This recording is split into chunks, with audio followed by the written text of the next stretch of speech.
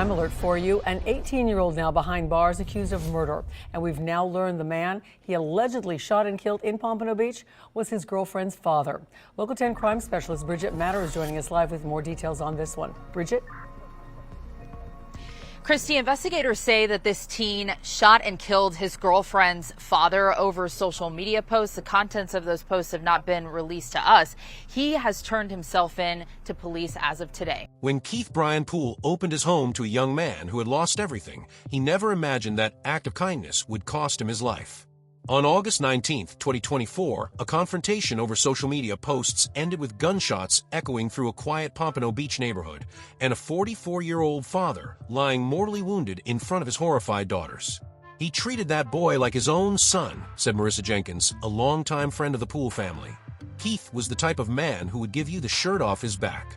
He saw someone in need and didn't hesitate to help.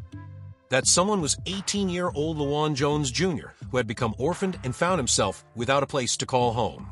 Keith, known throughout the community for his generosity and compassion, offered LaJuan shelter, food, and guidance, extending his fatherly protection to include a young man who wasn't his biological child. For several months, LaJuan lived under Keith's roof alongside Keith's 3 daughters, including 17-year-old Jessie. What began as a humanitarian gesture gradually evolved into something more complicated when LaJuan and Jessie developed a romantic relationship. Still, Keith continued to provide for LaJuan, hoping to offer stability to a young man who had experienced profound loss. But beneath the surface of this blended household, tensions were brewing. Keith's values, centered around respect, responsibility, and safety, would soon collide with the digital reality of modern teenage life. Keith was old school in the best way, explained his brother Marcus Poole. He believed in looking people in the eye, in keeping your word, in protecting those you love. He wasn't against social media or technology, but he had firm boundaries about what was appropriate, especially under his roof. Those boundaries were tested when Keith discovered troubling posts on LaJuan's social media accounts, images that would alarm any parent. The photos showed LaJuan posing with a firearm, a direct violation of the rules Keith had established for his household. For a man dedicated to creating a safe environment for his daughters, the discovery wasn't just disappointing, it was potentially dangerous. What followed was a decision that Keith likely viewed as necessary protection for his family, confronting LaJuan about the posts and asking him to leave the home. It was a moment where generational values around safety, respect, and appropriate behavior clashed with a younger generation's approach to self-expression and identity. He just wanted to talk to the boy, said a neighbor who overheard the beginning of the confrontation. Keith wasn't yelling or threatening. He was trying to be reasonable, explaining why he couldn't have weapons around his girls. As the afternoon sun cast long shadows across the driveway of the Poole family home, neither Keith nor the witnesses present could have predicted how quickly the situation would escalate. What began as a conversation about social media boundaries was about to transform into a moment of violence that would shatter multiple lives. In the space between Keith's paternal concern and LaJuan's resistance to authority lay a chasm of misunderstanding that would prove impossible to bridge. Within minutes, the sound of multiple gunshots would echo through the neighborhood, forever altering the trajectory of 2 families and raising profound questions about trust, protection, and the volatile intersection of family dynamics and firearms in American homes. If this case has already captured your attention, you're in the right place. Welcome to Crime Scene Exposed, where we examine most infamous crimes, baffling disappearances, disturbing confessions, and twisted criminal minds from around the world. From high-profile murder trials to cold cases that still haunt investigators, we uncover the truth behind the crimes that shook communities. If you're fascinated by mysterious vanishing acts, serial killers, or shocking courtroom revelations, hit that subscribe button and turn on notifications now. You won't want to miss our detailed investigations, compelling storytelling, and thorough analysis of cases just like this one. Now let's continue with Keith Poole's tragic story. On August 19th, investigators found a man named Keith Poole bleeding on a front porch off Northeast 28th Street in Pompano Beach. The 44-year-old was shot twice. 2 days later, the Broward County Sheriff's Office arrested 18-year-old LaJuan Jones Jr. for first-degree murder. Investigators say Jones ran away with his girlfriend after the shooting, and according to the victim's relative, the teen was dating Poole's daughter, who witnessed the shooting. She was later reunited safely with family. BSO says the shooting took place after Poole discovered social media posts by Jones he thought were inappropriate. Mr. LaJuan Jones? Judge, I've been advised he's a refusal. Jones refused to appear before a judge for bond this afternoon. Keith Brian Poole was a fixture in his Pompano Beach community, a 44-year-old father of 3 daughters who embodied the values he preached: hard work, generosity, and respect for others. A graduate of Charles W. Flanagan High School, Keith maintained deep roots in South Florida, where he was known for his charismatic personality and passion for music. Keith was the kind of man who would give you his last dollar if you needed it, recalled Tamika Williams, a longtime friend. He didn't just talk about helping others, he lived it every day. As a single father, Keith had raised his 3 daughters with a blend of discipline and devotion. His oldest daughter had recently started college, while his middle daughter Jessie, 17, and her younger sister still lived at home. Friends described the Poole household as lively and loving, with Keith serving as both nurturer and protector. "Those girls were his world," said Keith's brother Marcus. "Everything he did, every extra shift he worked, every sacrifice he made, was to give them opportunities and keep them safe." Keith's parenting style balanced traditional values with an understanding of modern challenges. He insisted on family dinners most nights, maintained open communication with his daughters about their lives and friends, and was actively involved in their education. While he allowed his daughters appropriate independence, he was clear about his expectations regarding respect, honesty, and safety. The family dynamic shifted significantly about 7 months before the tragedy, when Keith learned about LaJuan Jones Jr., an 18-year-old who had recently lost both parents. Through community connections, Keith discovered that LaJuan was essentially homeless, staying temporarily with various friends but lacking stability. "That's just who Keith was," explained Pastor Raymond Johnson of New Hope Baptist Church. When he heard about this young man with no family, no real home, he didn't hesitate. He said, "That boy needs someone to show him there's still good in this world." Keith invited LaJuan to stay with the Poole family, offering him the spare bedroom, regular meals, and fatherly guidance. Initially, the arrangement seemed beneficial for everyone. LaJuan helped with household chores, enrolled in GED classes at Keith's encouragement, and appeared grateful for the stability. What Keith didn't anticipate was the romantic relationship that developed between LaJuan and his daughter Jessie. According to friends, the relationship began approximately 3 months after LaJuan moved in. Keith was initially concerned about the age difference and the complications of having Jessie's boyfriend living under the same roof, but he reluctantly accepted the situation after seeing how happy his daughter seemed. "Keith told me he was trying to be understanding," said Marcus. "He remembered what it was like to be young and in love, but he also set clear boundaries about respect and appropriate behavior in his home." Those boundaries became increasingly tested as the relationship progressed. Neighbors reported overhearing occasional arguments between Keith and LaJuan, primarily regarding LaJuan's commitment to his education and his influence on Jessie. Several of Jessie's friends later told investigators that her school attendance had become sporadic after she began dating LaJuan. The most significant warning sign emerged approximately 2 weeks before the shooting. Keith discovered that LaJuan had been associating with individuals Keith considered troublesome, young men with known gang affiliations from neighboring community. When confronted, LaJuan reportedly became defensive, telling Keith that these were his real family who had his back. This confrontation created palpable tension in the household, but Keith continued trying to mentor LaJuan while protecting his daughters. He couldn't have known that his discovery of LaJuan's social media posts displaying a firearm would lead to the final, fatal confrontation that would end his life and forever change his family. The social media posts that ultimately triggered the fatal confrontation had nothing to do with dancing or provocative content. They centered on something far more alarming to Keith Poole: firearms. On August 18, 2024, just 1 day before the shooting, Keith was scrolling through his own social media feed when he noticed a post from one of LaJuan's friends that had been tagged with LaJuan's profile.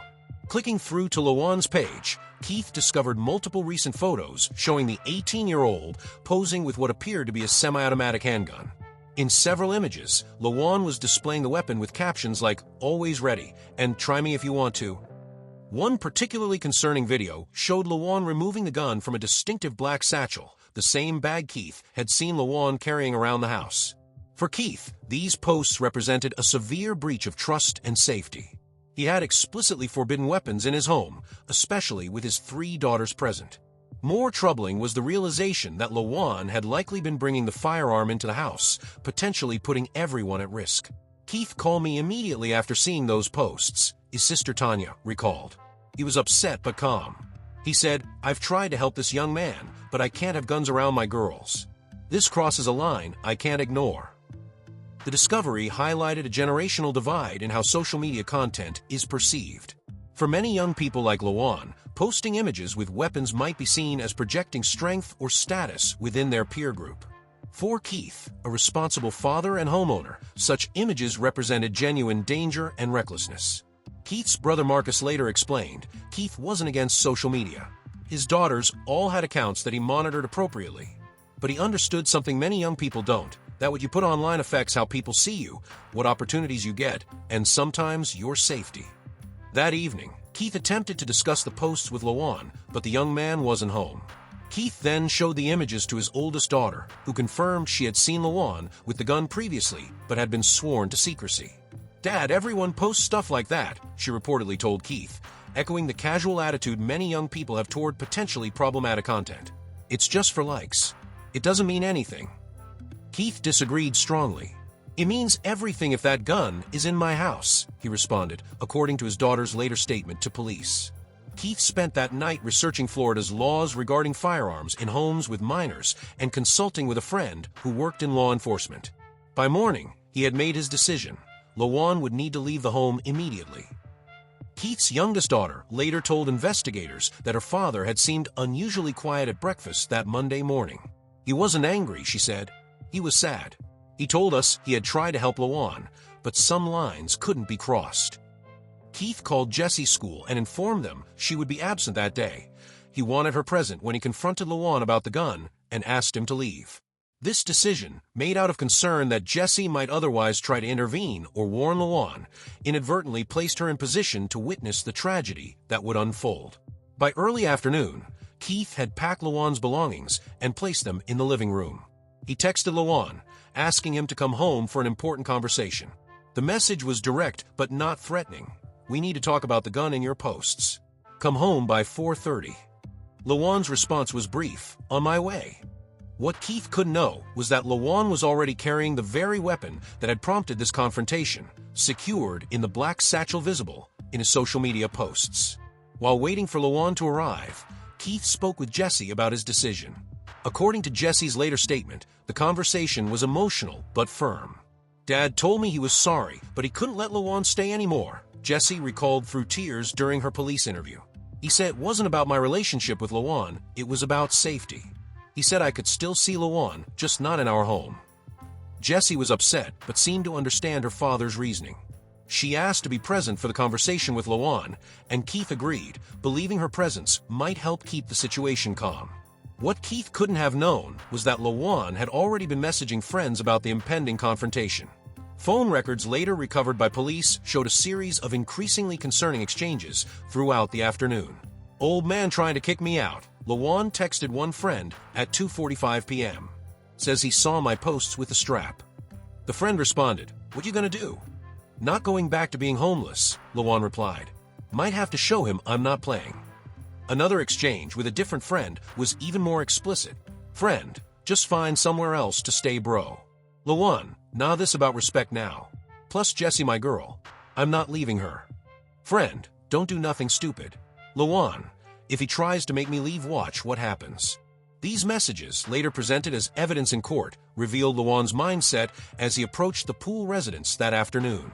While Keith was preparing for what he hoped would be a difficult but respectful conversation, Lawan was contemplating a very different outcome. At approximately 4:40 p.m., neighbors noticed Lawan walking toward the Poole home. Multiple witnesses later commented on his unusually tense demeanor and the black satchel slung across his body, the same bag visible in his social media posts with the gun. "He wasn't walking normally," said Mrs. Gonzalez, who lived 2 doors down. "He was moving with purpose, like someone who had made up their mind about something." Inside the house, Keith and Jessie heard Lawan arrive.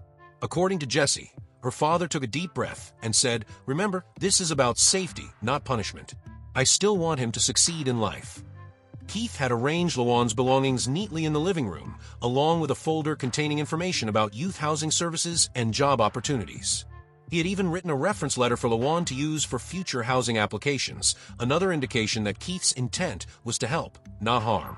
As Lawan entered the house, the stage was set for a confrontation between two individuals with fundamentally different perspectives. Keith, the protective father enforcing boundaries he believed essential for his family's safety, and Lawan, a young man who had experienced profound loss and instability, now facing the prospect of losing his home and proximity to his girlfriend.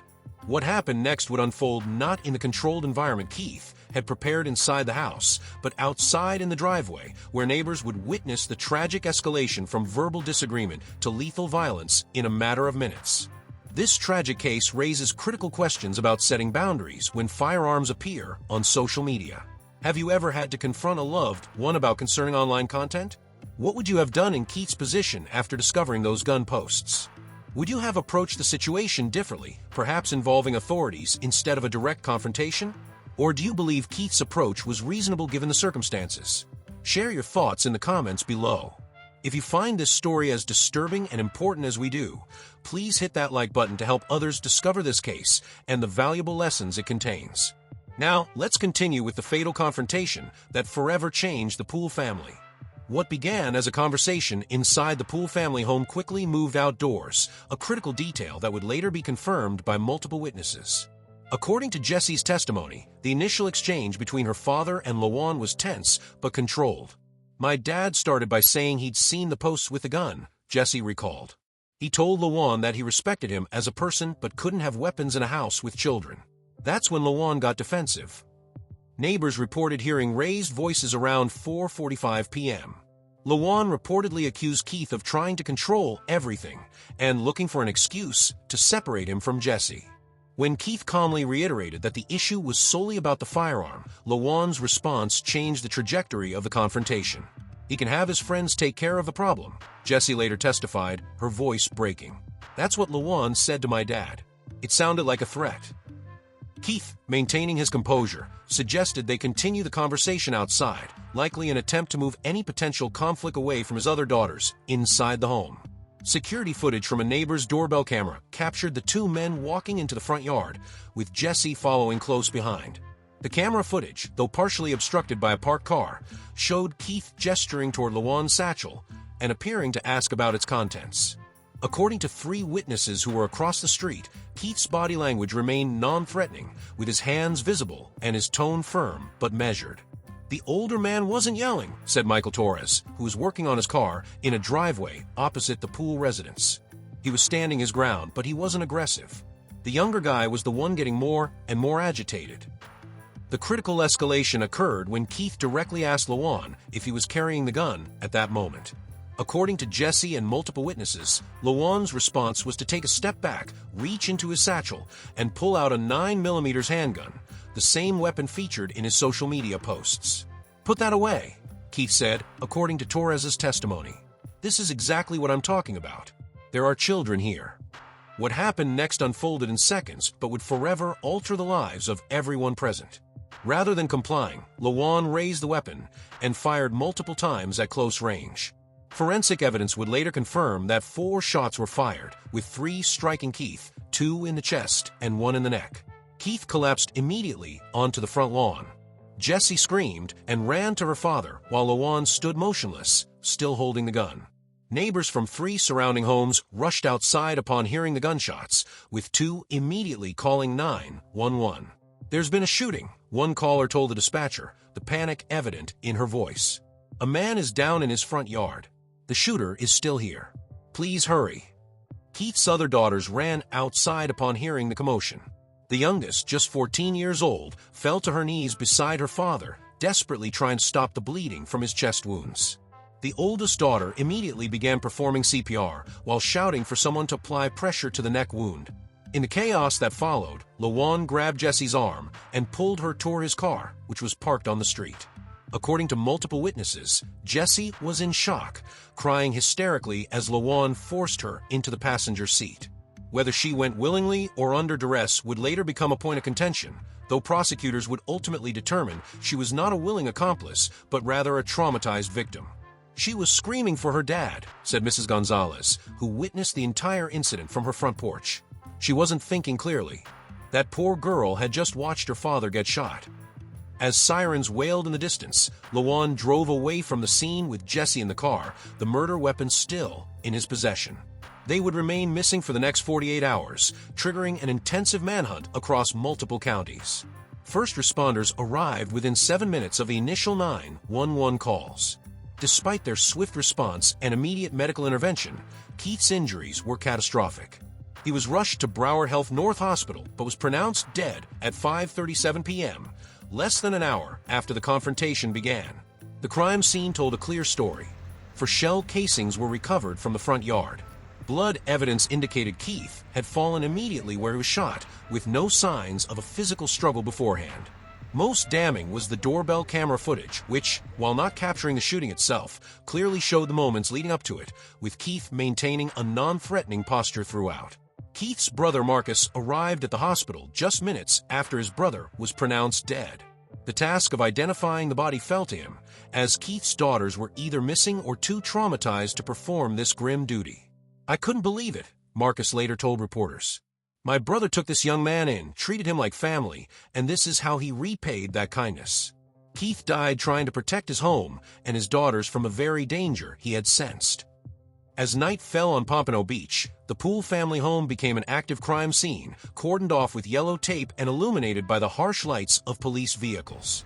Inside, investigators found the folder of housing resources Keith had prepared for Lawan, a final testament to his intention to help rather than harm, even as he enforced necessary boundaries. The manhunt for Lawan and Jesse was now underway, with authorities concerned not only about apprehending a murderer, but also about ensuring the safety of a potentially endangered teenager who had just witnessed her father's killing. Your kids is tragic. It was traumatizing for everyone. A heartbreaking story out of Pompano Beach tonight after a man was shot and killed in front of his family. And they tell us that the person responsible for his death is his daughter's boyfriend, who is now on the run. NBC6 reporter Lena Salzbeck has more on what happened inside that Pompano Beach home. Family and friends say that after the shooting, the boyfriend took off and took his girlfriend with him. Now, the family says that it's been an emotional 48 hours as they searched for the 17-year-old that was missing. Now, over the last couple of hours, thankfully, we have learned that she is back home and safe with her family, but they are now looking for justice. For more than 20 years, Barbara Santiago watched Keith Poole dedicate his life to his 3 kids. He's really invested into his children. His oldest daughter is Barbara's goddaughter. So when she heard that Keith had been shot and killed on Monday, she didn't know how to make sense of the devastating news. It doesn't even seem right or real. The Broward County Sheriff's Office immediately classified Keith Poole's shooting as a homicide and launched a multi-agency manhunt for Lawan Jones Jr. and Jesse Poole. Detective Maria Sanchez, a 12-year veteran of the Violent Crimes Unit, was assigned as lead investigator. "We had a clear case with multiple witnesses," Detective Sanchez later explained. "Our primary concerns were recovering the weapon, apprehending the suspect, and ensuring the safety of the minor female who was with him." The investigation proceeded on multiple fronts simultaneously. Crime scene technicians processed the Poole residence, recovering the 4 shell casings from the yard and securing the doorbell camera footage from a neighbor's home. Ballistics experts confirmed the casings came from a 9mm Glock, consistent with the weapon Lawan had displayed in his social media posts. Digital forensics specialists obtained emergency access to Lawan's social media accounts and phone records, revealing the threatening messages he had sent prior to the confrontation. These messages, combined with the eyewitness accounts and physical evidence, quickly built a compelling case against the 18-year-old. The premeditation element became clear when we saw those texts, explained State Attorney Jennifer Morales. This wasn't a heat-of-the-moment reaction. Jones had contemplated violence before he ever arrived at the Poole residence that day. As the investigation intensified, public support for the Poole family swelled. Keith's reputation as a community-minded father who had opened his home to a young man in need resonated deeply. A candlelight vigil held the night after the shooting drew over 300 people, many wearing T-shirts with Keith's photo and the words he lived to give. The breakthrough in locating Lawan and Jesse came 48 hours after the shooting. A hotel clerk in Orlando recognized them from news reports and alerted authorities. Orlando police surrounded the budget motel where the pair had been staying and established communication through the room phone. After a tense 4-hour negotiation, during which crisis negotiators emphasized Jesse's need to return to her grieving family, Lawan finally surrendered. Jesse was immediately transported to a hospital for evaluation, while LaJuan was taken into custody. The murder weapon was recovered from a motel room, hidden between the mattress and box spring. During her debriefing, Jesse revealed that LaJuan had initially told her they were just going for a drive to calm down after the shooting. It wasn't until they crossed county lines that she realized they were fleeing. Her attempts to contact her family had been thwarted when LaJuan took her phone and eventually discarded it. She was in a state of traumatic shock, explained Dr. Elaine Winters, the psychologist who evaluated Jesse. She had just witnessed her father's murder and was being controlled by the perpetrator. Her compliance shouldn't be mistaken for complicity. LaJuan Jones Jr. was charged with first-degree murder with a firearm, kidnapping of a minor, possession of a weapon by a person under community supervision, related to a previous juvenile offense, and fleeing to avoid prosecution. If convicted on all counts, he faced a mandatory life sentence without the possibility of parole. The legal proceedings moved swiftly by criminal justice standards. At his arraignment, LaJuan pleaded not guilty to all charges. His court-appointed attorney, Gerald Thompson, initially suggested they would pursue a self-defense strategy, claiming Keith had threatened LaJuan first. This defense strategy collapsed when prosecutors presented the text messages, social media posts, and witness statements that contradicted LaJuan's version of events. Most damaging was the doorbell camera footage, showing Keith's non-threatening posture throughout the confrontation. During pretrial motions, Thompson attempted to have the social media evidence suppressed, arguing it represented protected speech. Judge Carolyn Ramirez rejected this motion, ruling that the posts and messages demonstrated intent and premeditation relevant to the murder charge. 6 months after Keith's death, as the trial date approached, LaJuan accepted a plea deal. In exchange for pleading guilty to second-degree murder and dropping the kidnapping charge, he received a 25-year sentence with no possibility of parole for the first 20 years. At the sentencing hearing, Keith's family delivered emotional victim impact statements. His oldest daughter addressed LaJuan directly. "My father gave you a home when you had none. He fed you, guided you, treated you with respect. And you repaid his kindness with bullets. You didn't just take his life, you stole our sense of security and our faith in humanity." LaJuan, speaking publicly for the first time since his arrest, offered a brief statement. "I can't take back what I did. I let my anger control me. I'm sorry for taking Mr. Poole from his family." Judge Ramirez was unmoved by this apology. In her sentencing remarks, she emphasized the betrayal aspect of a crime. "Mr. Poole extended his hand to help you, and you responded with violence. This court cannot ignore the calculated nature of your actions or the devastating impact on this family." As LaJuan was led away in handcuffs to begin his quarter-century sentence, the Poole family began their own life sentence, learning to navigate a world without the father who had been their foundation. The tragedy of Keith Poole's murder illuminates several critical issues that families across America continue to face. At its core, this case demonstrates how quickly conflicts over digital content can escalate from disagreement to deadly violence when firearms are involved. Dr. Melissa Thornton, a family psychologist specializing in digital age parenting, points to this case as emblematic of the challenges parents face today. When Keith discovered those gun posts, he was confronted with a modern parenting dilemma, balancing respect for a young adult's privacy against his responsibility to maintain a safe home environment for his children. This balance becomes particularly difficult when social media serves as a window into behaviors that might otherwise remain hidden. In LaJuan's case, his posts revealed not just a fascination with firearms, but potentially dangerous intentions that Keith rightly recognized as a threat to his family's safety.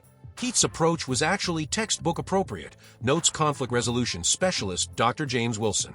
He communicated his boundaries clearly, prepared resources to help LaJuan transition, and maintained a non-threatening posture throughout the confrontation. What he couldn't account for was LaJuan's predetermined decision to respond with violence. This case also highlights several warning signs of potentially violent behavior that families should recognize. 1. Displaying weapons on social media, particularly with threatening captions. 2. Making statements about having friends take care of problems. 3. Responding to reasonable boundaries with escalating defiance. 4. Previous controlling behavior in relationships. 5. Resistance to discussing concerning behaviors calmly. The presence of a firearm transforms any conflict, explains former police chief Raymond Martinez. Keith did everything right as a parent, but once a weapon entered the equation, the power dynamic shifted dramatically. For families navigating difficult conversations about online content, experts recommend several approaches that might help prevent similar tragedies. Hold regular, calm discussions about digital citizenship before problems arise. Establish clear, consistent boundaries about what content is acceptable. Consider having important confrontations in public places or with neutral third parties present. Involve professional help when warning signs of violence appear. Prioritize safety over privacy when weapons are potentially involved. Perhaps the most poignant lesson from Keith's story is how quickly a parent's protective instinct can put them in danger. Keith died doing what good parents do, protecting his children, notes family therapist Dr. Sarah Jenkins. His tragedy reminds us that sometimes the greatest act of protection is knowing when to involve authorities rather than handling dangerous situations alone. The intersection of parental authority, digital expression, and gun violence creates a uniquely modern challenge. As one of Keith's friends observed at his memorial service, Keith was an old-school father navigating new-school problems. He died trying to keep his daughters safe in a world where danger can be hidden in plain sight on a social media feed. Keith Poole's life ended because he dared to set a boundary about firearms in his home, a boundary any responsible parent would establish. His generosity in taking in a young man without a family was repaid with the ultimate betrayal, leaving 3 daughters without their father and a community without a beloved member. This case stands as a stark reminder of how quickly conflicts can escalate when weapons are involved, and how social media can provide crucial warning signs of potential violence if we're paying attention.